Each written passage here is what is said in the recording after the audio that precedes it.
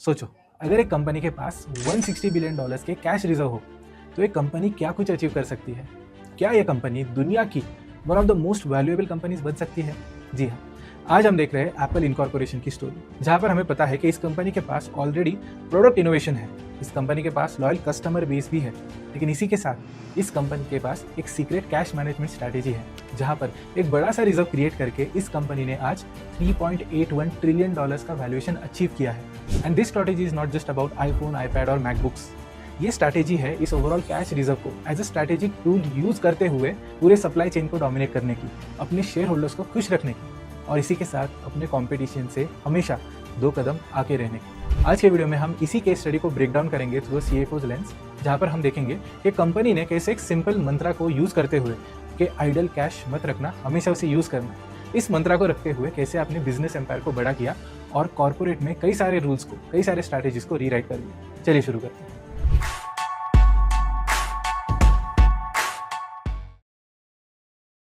Chapter 1, apples back story. Main part पे आने से पहले ये देखते हैं कि क्या ये कंपनी शुरुआत से ही क्या एक सक्सेसफुल कंपनी थी? That is not the case. अगर हम 1980s में देखें तो Apple was actually struggling, sales down थे, products were the industry leaders और यहाँ पर कंपनी सच में स्ट्रगल कर रही थी from all aspects including major financial aspect. और यहाँ पर एंट्री होती है स्टीव जॉब्स की इन अर्ली 2000 और स्टीव जॉब्स आने के बाद कंपनी का पूरा फोकस चेंज हो जाता है on one major factor, that is cash is equal to oxygen. अगर कंपनी के पास कैश रिजर्व्स है तभी ये कंपनी सर्वाइव कर पाएगी। Now to generate this cash Apple came up with an interesting strategy. यहाँ पे आता है चैप्टर नंबर 2, कैश जनरेशन। इस स्ट्रैटेजी में 2 पार्ट्स है मेनली। तो जैसे ही स्टीव जॉब्स एक्शन में आए और इसके साथ जो हमारे CFOs थे पीटर ओपनहाइमर और लुकस माइस्त्री, ये एक्शन में आए, तभी इनका फोकस था mainly towards generating healthy margins और दूसरा था निगेटिव कैश कन्वर्जन साइकिल। पहला पार्ट देखते हैं मार्जिन का। अब मार्जिन क्या होता है? जब भी हम कोई प्रोडक्ट प्रोड्यूस करते हैं उसकी एक सर्टेन कॉस्ट होती है। इमेजिन हमने एक प्रोडक्ट जनरेट किया है जिसकी प्रोडक्शन कॉस्ट थी $6 और हमने उसे बेच दिया मार्केट में at $10, तो ये जो डिफरेंस होता है $4 का profit, that is your margin. और ये एप्पल का पहला फोकस हुआ कि जहाँ पर भी वो प्रोडक्शन कर रहे हैं, कॉस्ट को मिनिमाइज करते हुए, सेलिंग प्राइस को बढ़ाते हुए एक हेल्दी मार्जिन जनरेट करे और इसी मार्जिन से कैश जनरेशन की शुरुआत हुई। और इस कैश जनरेशन को एम्पलीफाई करने के लिए इन्होंने इंट्रोड्यूस किया second part of the strategy, जो है निगेटिव कैश वर्किंग साइकिल। अब जिनके लिए निगेटिव कैश वर्किंग साइकिल नया कंसेप्ट है वो ये वीडियो देख सकते हैं, जहाँ पे हमने हीरो होंडा की negative cash working cycle in detail break down की है। लेकिन अगर मैं एक बहुत ही शॉर्ट डिस्क्रिप्शन या एक्सप्लेनेशन दूं तो ऐसे सोचिए, जब आप अपने इन्वेंट्री को प्रोड्यूस करके बेचते हो और सारे पेमेंट्स कंप्लीट करते हो, ये होता है आपका ओवरऑल कैश कन्वर्जन साइकिल। अब इसे हम निगेटिव कैसे कर सकते हैं? जो भी आप रॉ मटेरियल ले रहे हो उसके लिए अपफ्रंट पेमेंट मत करो, मतलब अलग अलग वेंडर्स से कैमरा ले लो, फ्रेम ले लो, स्क्रीन ले लो, but don't make the payment immediately.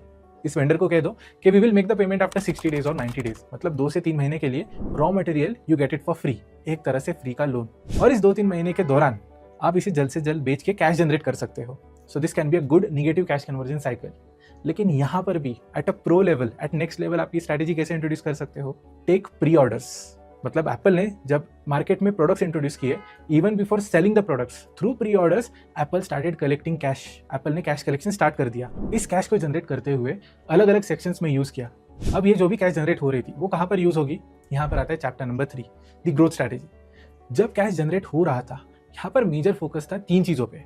सबसे पहले था अराउंड ग्रोथ स्ट्रैटेजी, कि कहाँ पर हम अलग अलग जोग्राफीज में जाके टाइप्स बढ़ा सकते हैं, प्रोडक्ट रीच बढ़ा सकते हैं।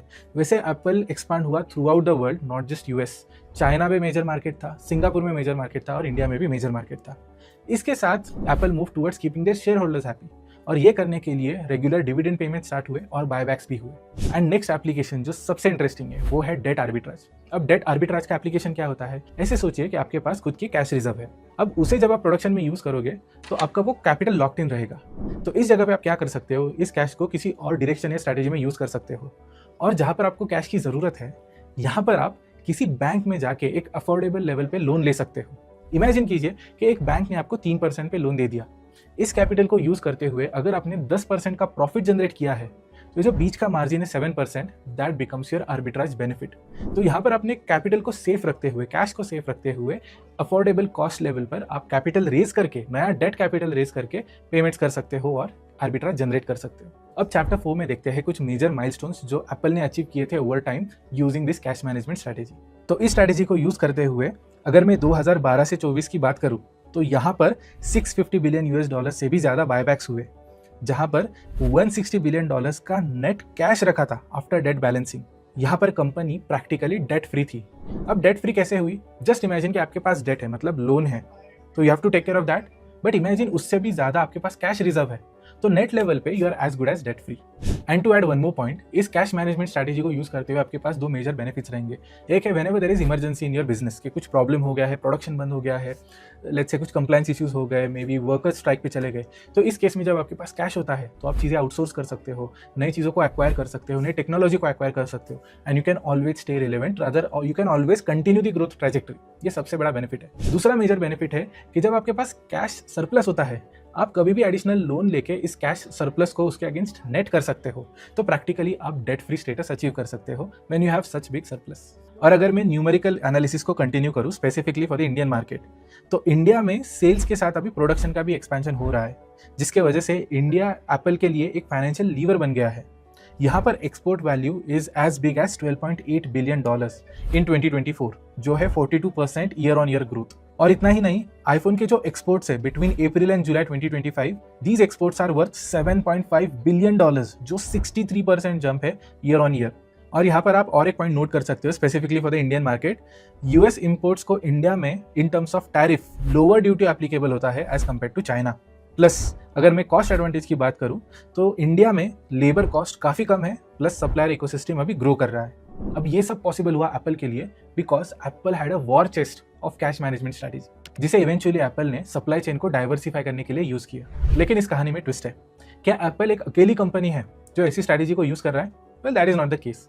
इफ यू ऑब्जर्व सैमसंग, जो एप्पल के लिए एक लेगेसी राइवल है, ये कंपनी भी सिमिलर स्ट्रैटेजी ही यूज करती है। यहाँ पर सैमसंग ने भी अपने कैश रिजर्व को as a powerful tool use किया है और एडवांस सेमीकंडक्टर्स, फोल्डेबल डिस्प्लेस, इन प्रोडक्ट्स के ग्लोबल सप्लाई चेन्स में इन्वेस्ट किया है। लेकिन इन दोनों में की डिफरेंस ये है कि Samsung usually capital intensive decisions लेता है या कैपिटल इंटेंसिव इन्वेस्टमेंट्स करता है, जिसके वजह से इनिशियल कैपिटल इन्वेस्टमेंट ज्यादा रहती है एंड इवेंचुअली आप फिर लॉन्ग टर्म में इसके बेनिफिट्स ले सकते हो। लेकिन Apple on the other hand capital light production रखता है, प्रोडक्शन को आउटसोर्स करता है in different economies, different countries.